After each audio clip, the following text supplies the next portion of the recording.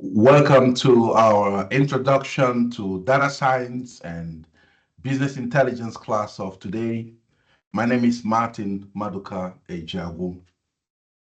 The topic of today's lecture is fundamentals of data. By the end of today's lecture, I'm going to use the Industrial Revolution timeline and knowledge pyramid to help you understand what data is. And as data scientists, you will be able to distinguish between data and information. With the help of Industrial Revolution timeline, we are going to understand the evolution of data collection and processing. The world has experienced four different types of industrial revolution. First Industrial Revolution, 1784, enabled by mechanization. Second Industrial Revolution, 1870, enabled by electricity. Third Industrial Revolution, 1969, enabled by computer. Fourth Industrial Revolution, sparked by cyber-physical systems. There is something significant about the transition from one industrial revolution to the other. It took the world about a century to move from the first industrial revolution to the second industrial revolution. It took the world again about a century to advance from the second to the third. But something significant happened between the third to the fourth. The transition from the third industrial revolution to the fourth industrial revolution took the world only half a century. The question is, why did it take far lesser time to transit from the third industrial revolution to the fourth industrial revolution? What happened was that in the third industrial revolution, since its inception, as a matter of fact, billions of devices have been connected to the internet.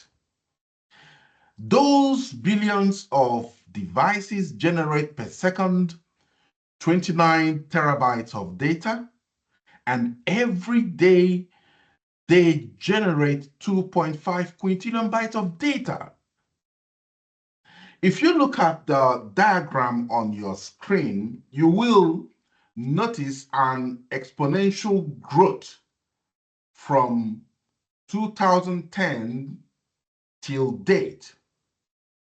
According to Statista, in 2010, the world generated about 2 zettabytes of data, while in 2024, the world generated about 149 zettabytes of data. And it is forecasted that by 2028, the world is going to generate about 394 zettabytes of data. That's a huge amount of data, signaling that the world is in their need of data scientists to explore and exploit those data, because the volume of those data are so huge that traditional systems cannot process them. We need systems that has stronger computational power, and we need experts, data scientists, to be able to get meaningful insight from those data. The question then is, what is data? As data scientists, let us use knowledge pyramid as our framework in describing data. And at the end, let us try to find the distinction between data and information. The knowledge pyramid, as you can see on your screen, consists of 5 layers: word, data, information, knowledge, wisdom. Now, if you look at the right-hand side of that pyramid, you will notice a distillation process from bottom to the top. Remember, we said that in the third industrial revolution, billions of devices connected to the internet are constantly generating raw data. Devices such as sensors, detectors, surveillance cameras, barcodes, any kind of device that is connected to the internet. Those devices are found in the lowest layer of our knowledge pyramid, known as world. When you abstract those devices into the next layer, known as data, you have series of abstracted elements that are in their raw forms. However, in order to make tangible meaning out of those abstracted elements, you need to process them. Just the same way you would refine your crude oil into gasoline, refine your raw gold into pure gold. The data in the data layer, still in their raw form, needs to be processed, needs to be refined into information. Now, when you refine them into information, then you are able to link the elements together to form semantics, tangible meanings. When you then analyze those linked elements, when you analyze information, you have what is known as knowledge.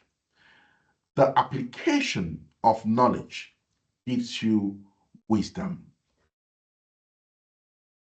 There are several definitions of data found in the literature. My favorite definition is by Kitchen, which states that data are commonly understood to be the raw material produced by abstracting the world into categories, measures, and other representational forms such as numbers, characters, symbols, images, sounds, electromagnetic waves, bits that constitute the building blocks from which information and knowledge are created. Let us look at the characteristics of data, and we can classify data into 5 taxonomies. For example, the form of the data, the structure of the data, the generation of the data, the source of the data, and the type of the data. So let's begin with the first characteristic, which is the form of the data. Data can take either quantitative or qualitative forms. Data is quantitative when it is numeric. And numerical data can come in the form of discrete or continuous. It is discrete when those numbers does not have fractions. It is continuous when the numbers have fractions. Qualitative data are non-numerical data. For example, qualitative data can either be nominal or ordinal. Nominal data is simply to classify the data, to label the data, while ordinal data takes a form of ranking. For example, in the military, where you have different degrees of ranking. Let's look at the second characteristic, the structuredness of data. Data can take various degrees of structuredness. For example, structured data, unstructured data, semi-structured data. What does structured data mean?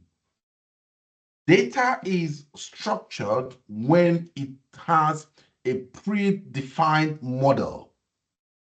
An example of such model is your table. Your table is two-dimensional, consisting of columns and rows. So you see, there is a predefined model. So table is an example of structured data. Unstructured data, however, has no predefined model, and the variables are high. For example, your audio data, visual data, they are unstructured. Data is semi-structured when it has a degree of structured elements in it and a degree of unstructured element in it. Let's look at the third characteristics, which is the generation of the data. Data can be captured from any source or exhausted also from any source. Now, exhausted data can either be transient or derived. When it's data transient, data is transient when it is captured from any device on a short-term basis. For example, your traffic light that gives you three types of data: green, yellow, red, on short-term basis. Exhausted data can also be derived when you exhaust the data, when you analyze your CRM system, for example, and you are able to tell the number of sales per day. That is an example of derived data. Sources of data, like we all know, could be primary source, secondary source, or tertiary source. And let us look at the final characteristic of data, which is the type of data. Data can either be indexical, attribute, or metadata. When is data indexical? Data is indexical when it can be uniquely assigned to a specific entity. For example, your fingerprint, your DNA, your social security numbers are all indexes of you. They are data that represent just you, only you. What is attribute data? Well, if you have an entity and your entity has various properties, various characteristics, those properties or characteristics are attributes of that entity. So an attribute data is the property of an entity. What is metadata? Metadata is data about data or information about information. With this, we come to the end of today's lecture. Thank you very much for listening, and I will be glad to receive your feedback. See you next time.